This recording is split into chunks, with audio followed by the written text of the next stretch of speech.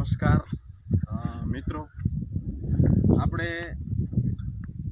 આ ભાઈને થોડા પ્રશ્નો હતા કે પ્રાચીન કાળમાં અગ્નિ કેવી રીતે ઉત્પન્ન થાય, આવા એના અનેક પ્રશ્નો છે. અને એ પ્રશ્નો હલ કરવા માટે હું આજે આ મારા મિત્ર મિલનભાઈ પાસે આવ્યો. એની મને બોલાવ્યો કે આજે તમે ફ્રી છો તો તમે આવો. હું આજે આવ્યો છું તો આપણે જે પ્રશ્નો છે એ પ્રશ્નો આપણે આજે ઉકેલીએ. તો આપણે અત્યારે ઊભા છે એ ઝાડ આપણી ભાષામાં કહેવાય છે ખીજડો. તો આપણે પ્રશ્ન કરીએ કે સમી વૃક્ષ એટલે શું? સમી વૃક્ષ એટલે આ સમી વૃક્ષ કહેવામાં આવે. આને આ જે વૃક્ષ છે આ વૃક્ષને સમી વૃક્ષ કહેવામાં આવે.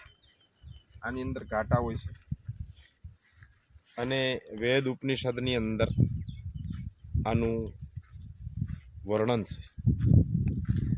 આ સમી વૃક્ષ, આને સમી વૃક્ષ કહેવાય. ગુજરાતીમાં આપણે આને ખીજડો કહીએ કે આ ખીજડો છે. જોઈ શકો છો. અને પ્રાચીન કાળમાં અગ્નિ કેવી રીતે ઉત્પન્ન થતી? પ્રાચીન કાળની અંદર અગ્નિ ઉત્પન્ન થતી એ અગ્નિ આ સમી વૃક્ષથી અને અસ્વસ્થ વૃક્ષથી, તે આપણે પછી જોશું કે અસ્વસ્થ એટલે કે પીપળો, એ પીપળો જોશું. અસ્વસ્થ વૃક્ષ અને આ સમી વૃક્ષ, આ બેનું મંથન કરવામાં આવતું, એટલા માટે અગ્નિ ઉત્પન્ન થાય. હકીકતે આપણે અભ્યાસ કરવામાં જોયેલું છે કે ચકમકથી અગ્નિ થાય. હકીકતે ચકમકથી અગ્નિ ન થાય, અગ્નિ આની અંદર છે. એટલા માટે આનું ખૂબ વેદ ઉપનિષદમાં પણ મહત્વ છે. તમે મંથનની વાત કરી તો અરણી મંથન એટલે શું? અરણી મંથન એટલે આ જે વૃક્ષ છે, આ વૃક્ષનો એક અવડો મોટો કટકો હોય, એને નીચે રાખવાનો. અને અસ્વસ્થ વૃક્ષ એટલે કે પીપળાનું વૃક્ષ હોય, એ પીપળાના વૃક્ષને આની ઉપર રાખી અને આવી રીતે ઘસવામાં આવે. જેમ સાયસ વલોડું કરવામાં આવે એવી જ રીતે અરણી મંથન કરવામાં આવે. એમાંથી અગ્નિ ઉત્પન્ન થાય અને એને અરણી મંથન કહેવાય છે.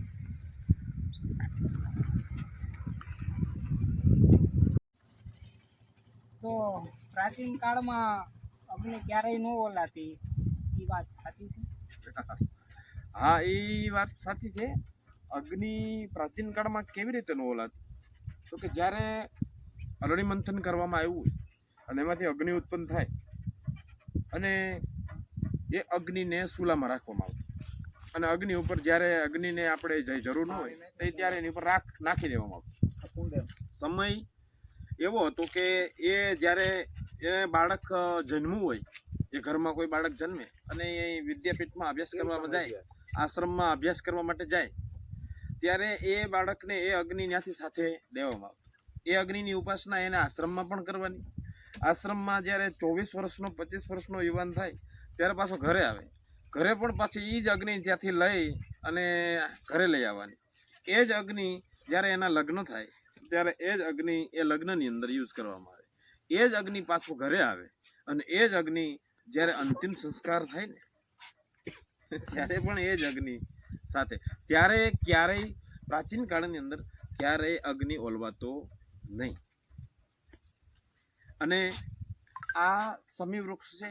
આની હજી એક વાત તમને કહું. મહાભારત કાળ અને રામાયણ કાળ, તમે કદાચ રામને ઓળખતા હશો, દશરથને ઓળખતા હશો, અજને ઓળખતા હશો. અજ પછી રઘુ આવે, રઘુ રાજા સર્વ દક્ષિણા દાન દઈ દીધું. ત્યારબાદ વર્તંતુનો શિષ્ય આવ્યો અને એને કીધું મારે 14 કરોડ સોનામોર જોઈએ. રાજા કે 18 કરોડ સોનામોર આપો. એક રાત તમારે અમારા દરબારમાં રોકાવું પડે, અમારા રાજમહેલમાં તમે રોકાવો, કારણ કે તમે સુપાત્ર બ્રાહ્મણ છો. સુપાત્ર બ્રાહ્મણને દાન આપવું એનાથી મોટી કોઈ વાત નથી. કોચ એના રાજમહેલમાં રોકાય અને રઘુ રાજા કુબેર ઉપર આક્રમણ કરે.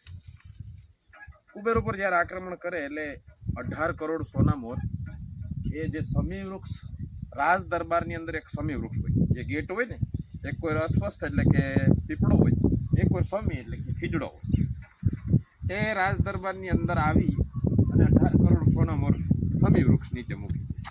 આ એ જ સમી વૃક્ષ, આ એ જ ખીજડો આપણે એને ગુજરાતીમાં કહીએ. હવે મહાભારતની વાત છે. મહાભારત કાળની અંદર વિરાટનગરની અંદર આવેલા બધા એ પાંડવો છે એને જ્યારે 13 વર્ષનો વનવાસ આવે એમાં એક અજ્ઞાતવાસ એને 1 વર્ષ રહેવાનું. એ અજ્ઞાતવાસની અંદર જ્યારે રાજસ્થાનની અંદર જાય, જયપુર, ત્યાં વિરાટનગર કહેવાય. અત્યારે જે રાજસ્થાન છે ત્યારે એને એ જયપુરને ત્યારે વિરાટનગર કહેવાય. એ વિરાટનગરની અંદર જતા ત્યાં રાજસ્થાનની અંદર સમી વૃક્ષ બહુ, ખીજડા બહુ, મરુ પ્રદેશ રહ્યો એટલે એક મોટું સમી વૃક્ષ હતું. એની ઉપર જઈ અને અર્જુન અને ભીમે પોતાના બધા દિવ્યાસ્ત્રો ત્યાં રાખી દીધા. અને રાખી અને પછી શું કર્યું તો કે પછી એને એક ડોહીનું કંકાલ હતું, કોઈ સ્ત્રી મરેલી હતી સ્મશાન ભૂમિમાં, ત્યાંથી લઈ અને સમી વૃક્ષ ઉપર ટીંગાડી દીધી. ત્યારથી આજ સુધી બધા લોકો ખીજડાથી બી ડરે છે કે ખીજડે કાંઈક થાય, ખીજડે કે ભૂત થાય. હકીકતે ખીજડે ભૂત થાય જ નહીં. ખીજડો છે એ અતિ પવિત્ર અને શ્રેષ્ઠ વૃક્ષ છે. આને સમી વૃક્ષ કહેવાય છે, આને ખીજડો કહેવાય છે. આને વેદ ઉપનિષદની અંદર પણ આનું બહુ મોટું મહત્વ છે. આનાથી જ અગ્નિ ઉત્પન્ન થાય છે. પેલા સમી વૃક્ષનું જે વર્ણન જોયું એને આપણે ગુજરાતીમાં ખીજડો કહીએ. એમ અત્યારે જે વૃક્ષની આપણે નીચે બેઠા છીએ આ વૃક્ષને પીપળો કહેવામાં આવે છે. આ પીપળાના પાન છે. એટલે આ ઘટાદાર વૃક્ષ પણ હોય છે. આનું આયુષ્ય 100 વર્ષ સુધીનું હોય. આ પીપળાનું વૃક્ષ છે એ 100 વર્ષની આયુષ્ય હોય. અને સ્ત્રીઓ આનું પૂજન કરે છે. જ્યાં આપણે દોરડા વીંટળાયેલા રહ્યા એ સ્ત્રીઓ આનું પૂજન કરતા હોય છે. જે વ્રત રાખતા હોય છે એ આને પરિક્રમા કરતા હોય છે. એટલે સ્ત્રીઓ પણ આનું પૂજન કરતા હોય છે. તો શું પીપળાના વૃક્ષનું વેદ ઉપનિષદ કે ગીતામાં કઈ વર્ણન ખરું? હા, પીપળાના વૃક્ષનું વેદ ઉપનિષદ અને ગીતામાં પણ વર્ણન છે. શ્રીમદ ભગવદ્ ગીતામાં ભગવાને આ વૃક્ષનું વર્ણન કર્યું છે. 10મો અધ્યાય છે એમાં ભગવાને કીધું અસ્વસ્થમ સર્વવૃક્ષાણામ દેવર્ષિણામ ચ નારદ ગંધર્વાણામ ચિત્રરથ સિદ્ધાણામ કપિલો મુનિ.